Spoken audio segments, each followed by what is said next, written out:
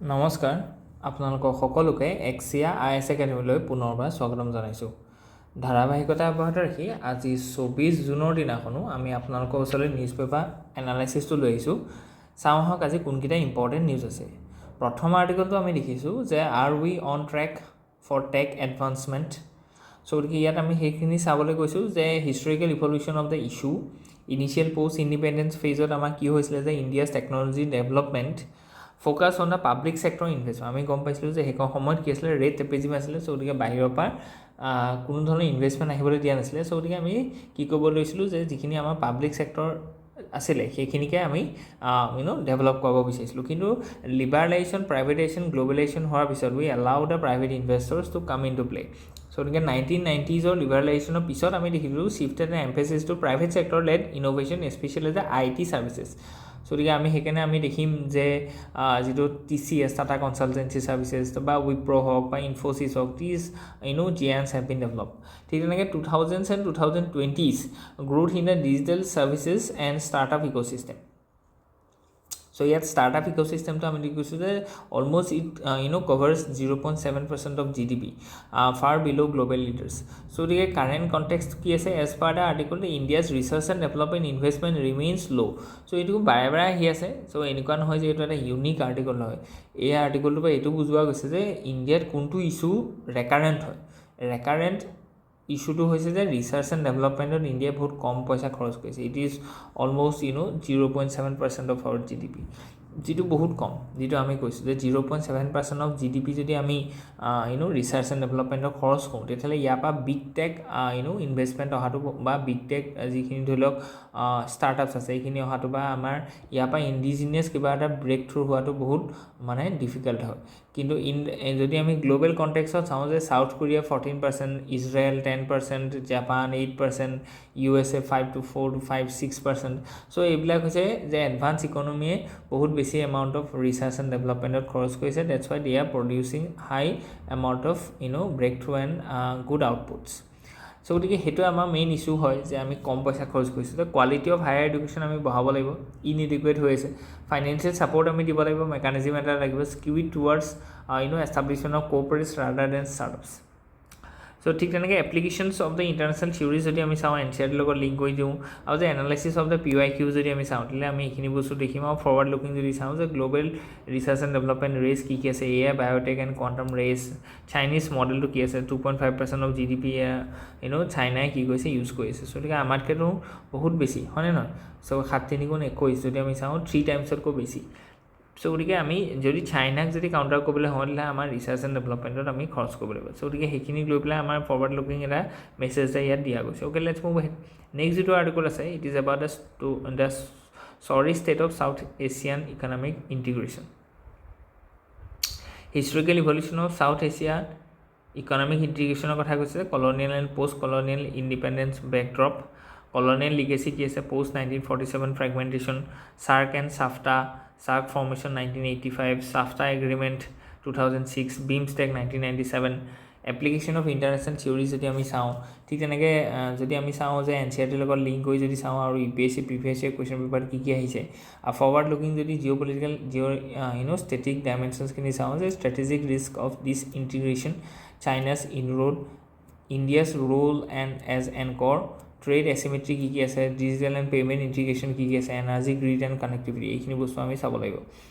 Next যদি আমি চাওঁ যে ইষ্ট শ্ব'জ physics can give rise to multi-cellular life science mutations.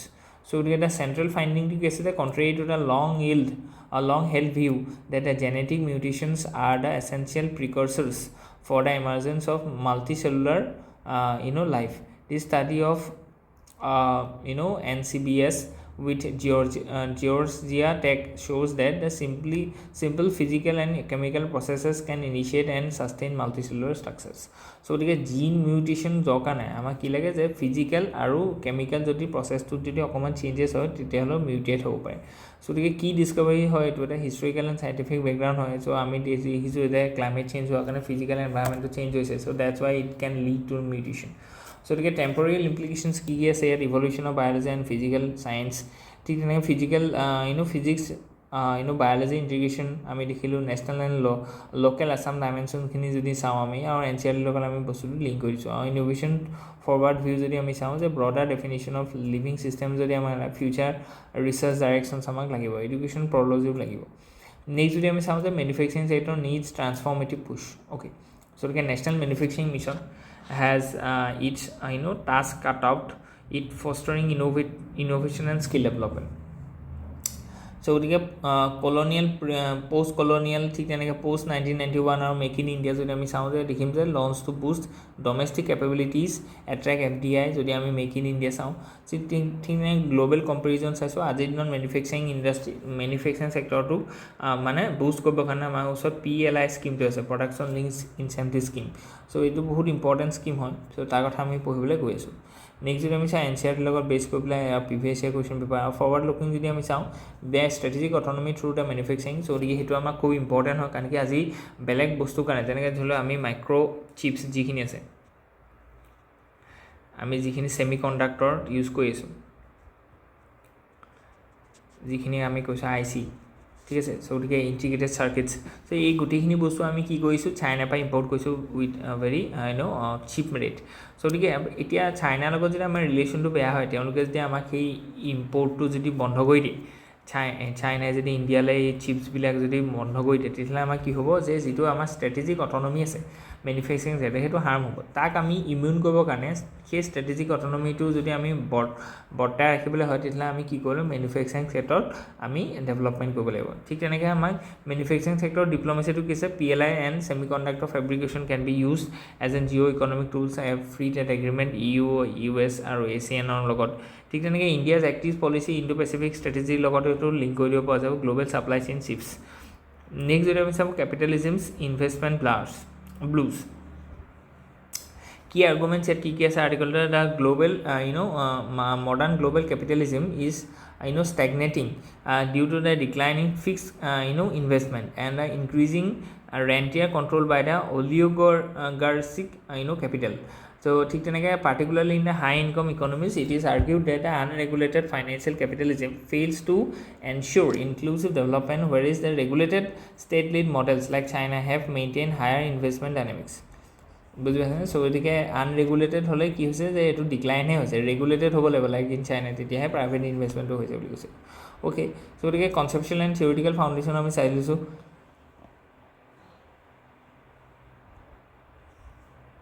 Data interpretation from the graphics যদি আমি চাওঁ চ' গতিকে চাৰ্ট 1 চাৰ্ট 2 আমি চাইছোঁ ইণ্টাৰনেশ্যনেল এণ্ড ষ্ট্ৰেটেজিক ডাইমেনশ্যনছ আমি চাইছোঁ আৰু ফৰৱাৰ্ড লুকিং থিংকিং এটা চাইছোঁ the reforms recommendations কি ৰিফৰ্ম লাগিব the re-own capital state capacity tax regulation and global cooperation গতিকে all these things are very important আৰু UPSC লগত আমি সেইটো লিংক কৰি দিছোঁ আৰু কনচেপ্ট গ্লছাৰী এটা উলিয়াইছোঁ যে প্ৰত্যেকটো বস্তুকে যেনেকৈ ধৰি লওক এইটো আপোনালোকক সুধিব পাৰে যে গ্ৰছ ফিক্সড কেপিটেল ফৰ্মেশ্যন এইটো কি হয় চ' গতিকে এইটো যদি আমি চাওঁ যে total investment in physical assets like the building infrastructure equipment so' গতিকে কিমান আমাৰ ধৰি লওক সেই ফিক্সড কেপিটেলটো প্ৰিপেয়াৰ কৰিবলৈ বা বনাবলৈ বা ডেভেলপ কৰিবৰ কাৰণে আমি কিমান খৰচ কৰিছোঁ that is called the gross fixed capital formation next যদি আমি চাওঁ যে health insurance must be inclusive okay that is very important যে হেল্থ ইঞ্চুৰেঞ্চটো ইনক্লুচিভ হ'ব লাগিব মানে সকলো বৰ্গৰ শ্ৰেণীৰে মানে সামাজিক সকলো বৰ্গৰ মানুহে তাত কি হ'ব লাগে বেনিফিট পাব লাগে বুজি পাইছেনে দেট ইজ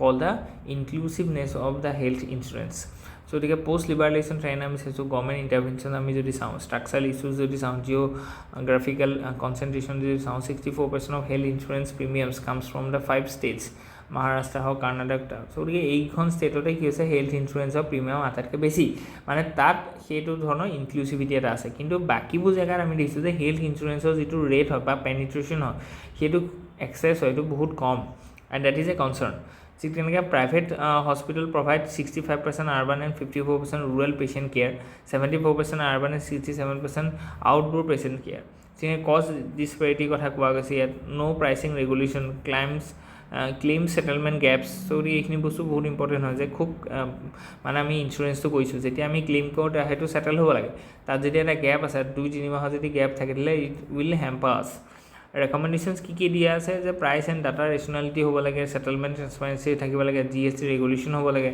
এতিয়া সেইটো বস্তু কি আছে অলমষ্ট 18% আছে, সেইটো 0 ৰেটিঙত যাব লাগে। Expanding provide networks and infrastructure and access. ঠিক তেনেকৈ ডিজিটেল ইণ্টিগ্ৰেশ্যনৰ কথা কৈছে, forward way forward and integrated welfare এপ্ৰ'চটো ইয়াত আমি দিছোঁ যে ডিজিটেল ডেটা লেয়াৰ হ'ব লাগে, এৱেৰনেছ থাকিব লাগে, ফিজিকেল ইনচেণ্টিভ দিব লাগিব, ইনফ্ৰাষ্ট্ৰাকচাৰ ভাল লাগিব, ৰেগুলেশ্যন ভাল লাগিব, IRDAR কথা কৈছে। নেক্সট যদি আমি চাওঁ inflation falls but not unemployment. So' গতিকে ইনফ্লেশ্যনটো কমিছে কিন্তু আনএমপ্লয়মেণ্টটো কমা নাই, that is a matter of thing. So' গতিকে আনএমপ্লয়মেণ্টটো যদি নকমে মানে এমপ্লয়মেণ্ট জেনেৰেশ্যন যদি নহয় তেতিয়াহ'লে আমাৰ ইয়াত ইনক্লুচিভ ডেভেলপমেণ্ট নহ'ব। চ' গতিকে সেইটো বহুত ইম্পৰ্টেণ্ট হয়। চ' গতিকে inflation targeting formally become India's monetary policy framework post 2016 via an amendment to the RBI Act based on the Urjit Patel committee. So' গতিকে উৰ্জিত পেটেল কমিটিয়ে এটা ৰেকমেণ্ডেশ্যন দিলে যে আমাৰ যিটো মনিটাৰী পলিচি আছে সেই কমিটিখন কি হ'ব লাগে যে ইনফ্লেশ্যনৰ ওপৰত বেছি টাৰ্গেট কৰিব লাগে, তাত কম্পজিশ্যনটো তেওঁ ৰেকমেণ্ড কৰিলে আৰু সেই ৰেকমেণ্ডেশ্যনটো টাৰ্গেট আছিলে কিমান যে 4% আৰু +-2 মানে যে 2%ও হ'ব পাৰে আৰু 6%ও হ'ব পাৰে। কাৰণ কি 4ৰ লগত 2+ কৰিলে 6 পাম, 4ৰ পৰা 2 মাইনাছ কৰিলে 2 পাম, বুজি পাইছেনে? চ' গতিকে এইটো ৰেঞ্জত মানে 2% বা 6%ৰ ভিতৰত আমি ইনফ্লেশ্যনটো ৰাখিব লাগিব। আজিৰ দিনত আমি ৰাখিব পাৰিছোঁ হয়নে নহয়? চ' কিন্তু আমাৰ কথাটো হৈছে যে আনএমপ্লয়মেণ্টটো কমা নাই। চ' গতিকে unemployment meanwhile remains outside the RBI's formal mandate but has been a persistent structural issue. So' গতিকে এইটো কথা ইয়াত চিন্তা কৰা গৈছে যে আনএমপ্লয়মেণ্টটোকো যাতে আনএমপ্লয়মেণ্টটো কমোৱাটো সেইটো যাতে RBI বা কোনোবা এটা বডিৰ ৰেছপনচিবিলিটি হয়, বুজি পাইছেনে? আজি আনএমপ্লয়মেণ্টটো কমোৱাটো কাৰো অফিচিয়েল বা কোনো এখন ষ্টেটুটৰী অব্লিগেশ্যনছ নাই মানে যে এখন আইনৰ মতে আনএমপ্লয়মেণ্টটো কমাব লাগিব। এইটো জাষ্ট গভৰ্ণমেণ্টে এটা মানে এম্বিশ্যন বা এইটো এটা টাৰ্গেট লয় যে আমি আনএমপ্লয়মেণ্টটো কমাম, কিন্তু তাৰ কোনো ধৰণৰ ষ্টেটুটৰী গাইডলাইনছ নাই। যেনেকৈ ধৰি লওক RBIৰ ওচৰত ইনফ্লেশ্যনটো কণ্ট্ৰল কৰিবৰ কাৰণে এটা ষ্টেটুটৰী গাইডলাইনছ আছে বা ষ্টেটুটৰী অব্লিগেশ্যনছ আছে।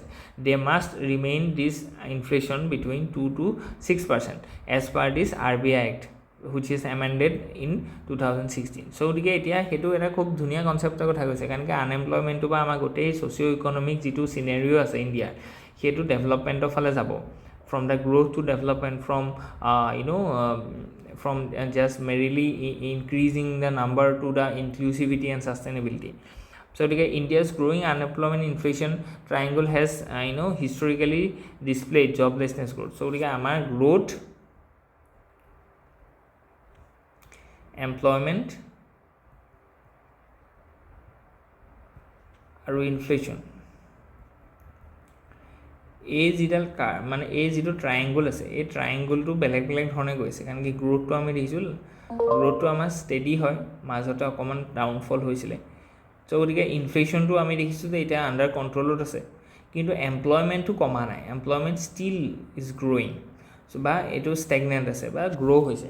চ' গতিকে সেইটো আমাৰ কাৰণে এটা কি আছে যে কনচাৰ্ণ হয় যে আমাৰ ইয়াত গ্ৰ'থ হৈছে, ইনফ্লেশ্যন কণ্ট্ৰল হৈছে, that is very good for macro' economic perspective. কিন্তু ছ'চাইটিৰ কাৰণে যদি আমি চাওঁ তেতিয়াহ'লে আনএমপ্লয়মেণ্টটো কমিছেনে নাই কৰা সেইটোহে বস্তুহে কি কৰিব ছ'চাইটিত ভালকৈ প্ৰভাৱ পেলাব, বুজি পাইছেনে? ইনফ্লেশ্যনটো কমিলে অফক'ৰ্ছ ছ'চাইটি বেনিফিট হ'ব। যদি আমি ধৰি লওক দাইল হওক, খোৱা বস্তু হওক বা যিকোনো বস্তু যদি প্ৰাইচটো ড্ৰপ হয় তেতিয়াহ'লে it will benefit private consumption, that is a different thing. But what we need basically is to provide jobs to the many persons as much is possible.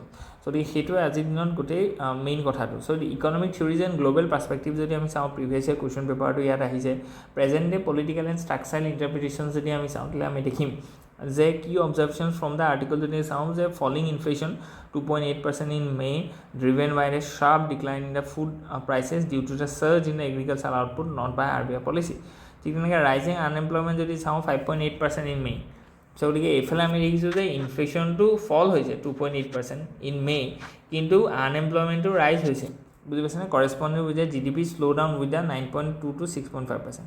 কাৰণ কি GDP শ্ল' ডাউন হৈছে 9.2% আছিলে আৰু সেইটো আজিৰ দিনত কি হৈছে 6.5% হৈছে। আৰু এই GDP শ্ল' ডাউনটো বুষ্ট কৰিবৰ কাৰণে আমি কি কৰিছোঁ, ৰেপ' ৰেটটো বঢ়াইছোঁ। ৰেপ' ৰেটটো আমি কি কৰিছোঁ, কমাইছোঁ। একচুৱেলি আগতে আমাৰ কি আছিলে 6.5 আছিলে, আমি এবাৰ কমালোঁ 25% কমালোঁ 6.25 পালোঁ তাৰপিছত আকৌ 25% কমালোঁ 6% হ'ল তাৰপিছত আকৌ এবাৰ আমি 50 বেচিছ পইণ্ট কমালোঁ চ' এতিয়া আমাৰ ৰেপো ৰেটটো কিমান 5.5% ৰেপো ৰেট কমোৱা মানে কি যে more and more capital liquidity can be injected to the market যিটো বা প্ৰাইভেট কনজাম্পশ্যন বাঢ়িব যিহেতু আমাৰ ইনফ্লেশ্যনটো কণ্ট্ৰলত আছে চ' কিন্তু আমাৰ সেই বস্তুটো বা এইটো ৰিফ্লেক্ট হোৱা নাই যে এমপ্লয়মেণ্টটো বাঢ়িছে চ' মানে জবলেছ গ্ৰ'থ হৈছে চ' মনিটৰী পলিচি ইন লিমিটেশ্যনছৰ কথা কোৱা গৈছে এক্সপেক্টেশ্যন থিয়ৰী ফেলেচি চ' গতিকে ফৰৱাৰ্ড লুকিং ইমপ্লিকেশ্যনছ কি হ'ব পাৰে সেইখিনি বস্তু আমি দিছোঁ APSC ৰিগাৰ্ডিঙো সেইটো বস্তু দিয়া গৈছে okay let's move with space race get startup rivalry ready for lift off historical evolution of the ISRO India's space journey began with ISRO's indigenous satellite launching in 1970s. Its success in low-cost missions, Mangalyaan, Chandrayaan, made it globally respected. Traditionally, ISRO handled everything in-house, R&D, manufacturing, launch, and telemetry. A paradigm shift began post-2015 with greater private sector involvement under reforms by the IN-SPACE and NSIL. Driven by the recognition that innovation requires decentralization and commercial scale. So গতিকে ইয়াত application of the international theories যদি আমি চাওঁ সেইখিনি বস্তু আমি চাইছোঁ NCERT লগত লিংক কৰি দিছোঁ আৰু UPSC লগত প্ৰিভিয়াছ ইয়াৰ কুৱেশ্যন পেপাৰ আৰু ৱে ফৰৱাৰ্ডটা আমি চাইছোঁ অ'কে লেটছ মুভ নেক্সট যিটো আৰ্টিকল আছে it is about palaeo' channel found by the ASI being link to the mythical Saraswati okay Saraswati ৰিভাৰৰ ওপৰত বহুত বেছি আমাৰ কিউৰিয়চিটি আছে কাৰণ কি গংগা যমুনা সৰস্বতী সংগম স্থলটো আমি উদ্ধাৰ কৰিবৰ কাৰণে সদায় চেষ্টা কৰিছোঁ আমি গম পাইছিলোঁ যে সৰস্বতী ৰিভাৰখন আণ্ডাৰগ্ৰাউণ্ড হয় গতিকে তাৰ কাৰণে আমি খনন কৰিছিলোঁ তাত আমি কেনেকৈ ধৰণৰ সৰস্বতী ৰিভাৰখন আছিলে সেইটো চাবৰ কাৰণে চেষ্টা কৰিছিলোঁ যে historical evolution of the issue যদি আমি চাওঁ it was mythological application of international theory যদি আমি চাওঁ civilisation and water Nile Egypt চৰি সেইখিনি বস্তু আমি চাইছোঁ আৰু ইয়াত এইটো কথা চাব যে আমি ইছৰোৰ সহায়ো লৈছোঁ যে এইটো বস্তু কেনেকৈ ছাৰ্ভে কৰিব পাৰি ইমেজিং কৰিব পাৰি যে তলত যদি আছে মানে আণ্ডাৰগ্ৰাউণ্ড যদি আছে ঠিক তেনেকৈ ৰিলিভেঞ্চটো NCERT লগত আমি চাইছোঁ আৰু প্ৰিভিয়াছ ইয়াৰ কুৱেশ্যন পেপাৰৰ লগত আমি লিংক কৰি দিছোঁ আৰু ৱে ফৰৱাৰ্ডটো আমি চাইছোঁ চ' আজিৰ কাৰণে ইমানেই আছিলে হোপ ইউ এনজয় ইয়াত যদি কিবা থাকে please let us know in the comment section thank U